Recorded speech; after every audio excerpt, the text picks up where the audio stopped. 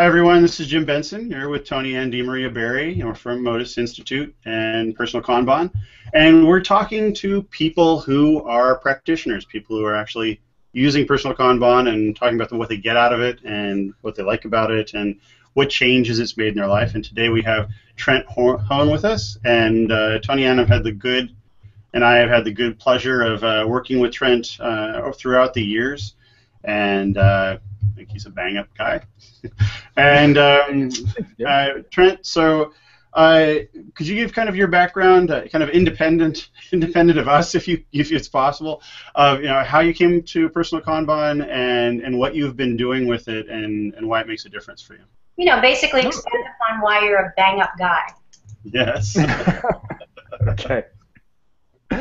Well, I suppose it's probably worthwhile starting with some of my experience with software. I've been running software or dealing with software teams through my whole career, which is more than 20 years now, and was really very interested in agile approaches when they came on the scene. Kind of discovered that I'd been doing them without actually calling them that before I'd heard about agile.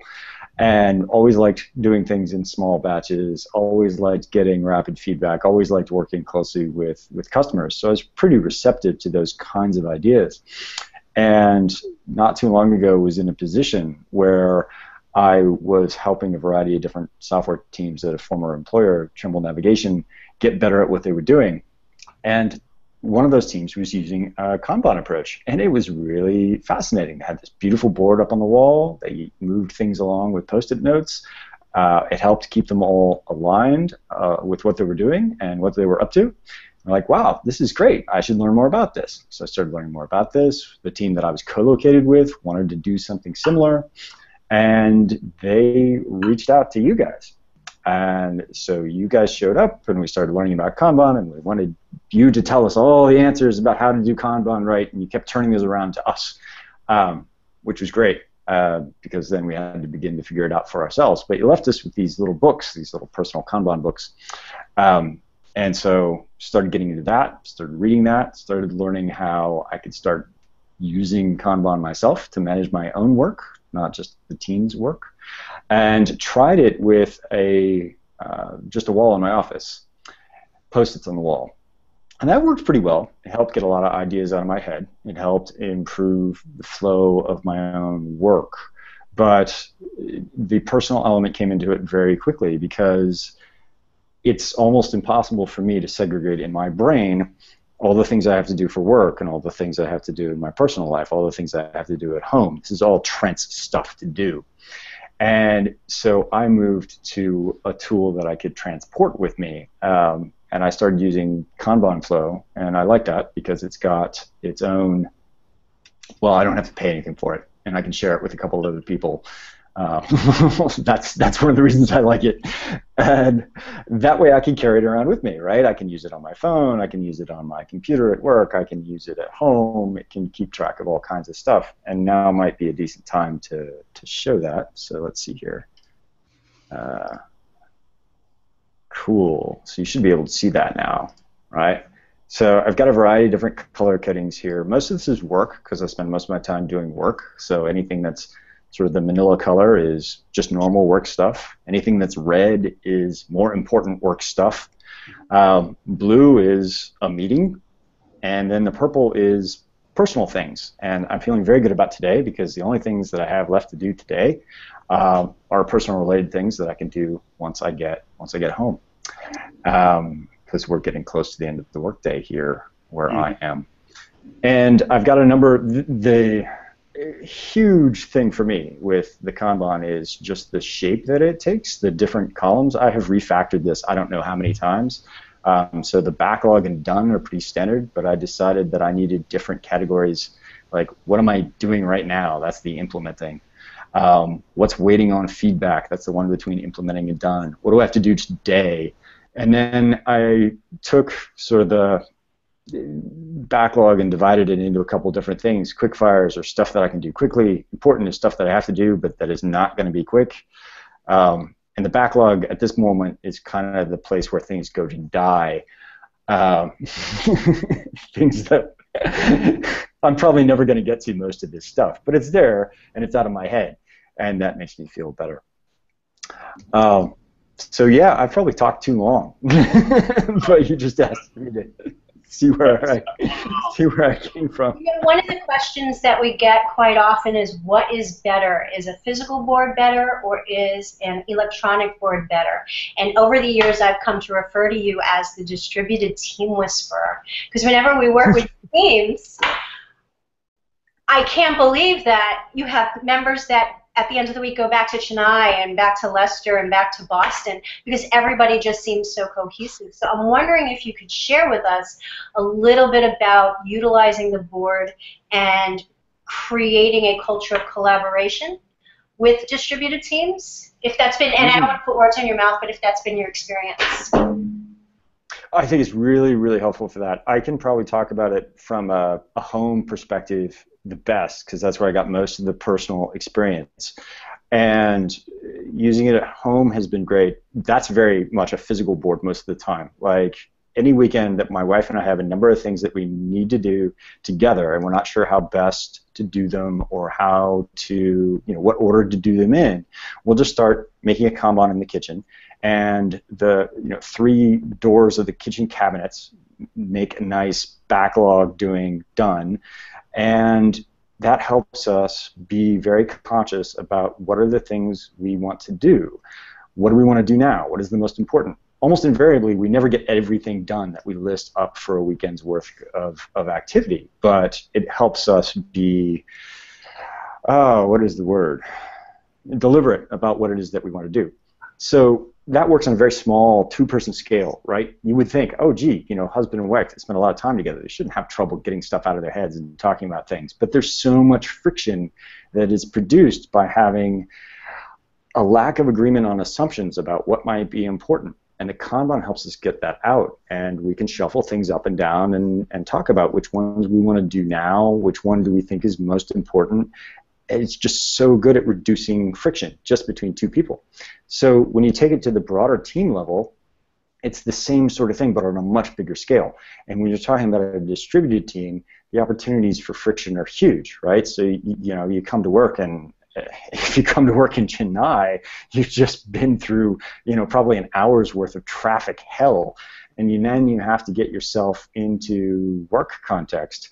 And that might take a long time, but if you have a Kanban to do that, it's relatively simple because it's all there. You haven't been carrying it in your head on the way to the office, and you can just sort of re-engage and fold back into it. And I think that's one of the things that it brings to the teams that I've worked with. It's really amazing. It's interesting you talk about friction at home. Often we don't think about alignment or misalignment at home. We think about requiring those meetings at the office, but not really, with your spouse. So it's interesting how the board will normalize the way that you think something should be done, and she should think about the way something should be done. Yeah. Friction is probably too strong a word. She'll probably come after me if she sees this, but I don't mean it in the sense of like fighting. But there's a burden, there's a cognitive burden to getting on the same page. You have to spend cycles and effort, especially if you're doing that just verbally. But if you can reflect on something that's just over there on the wall, that alignment is much faster. So the friction level goes down. It's not disagreement necessarily, it's just how fast you get to agreement. Yeah. You know what I mean? Visualizing it also gets rid of all those assumptions that we make. Yeah, absolutely. It's more kinetic friction than interpersonal, friction. Just really quickly, also, you'd mentioned that you started using this with your daughter. What project did you start that with? Well, this past week was parent-teacher conferences here where we live. So Thursday and Friday there was no school, and she wasn't feeling well and missed part of Wednesday as well. So she had a fair amount of homework to make up over the weekend, more than normal. The teachers generally try to not assign homework for the weekend. So how do we get that done? Well, I thought I would put up a Kanban and see what happens, because my daughter tends to have some trouble with motivation, getting started for tasks. And what I was really interested in trying to trigger was what I've seen with not only myself but other team members, where if you deliberately grab the task that you want to work on and move it into a doing, you've taken that step. You're motivated to do that. I wanted to see if that would work, and it did. So I set up a simple Kanban, and then she wrote out the things that she had to do, and put them up there, and she said, I want to do the word wizardry first. Boom. Okay, go do the word wizardry. Come to me when you're done, and then you can take a break if you wanted to. And normally she likes to take a lot of breaks.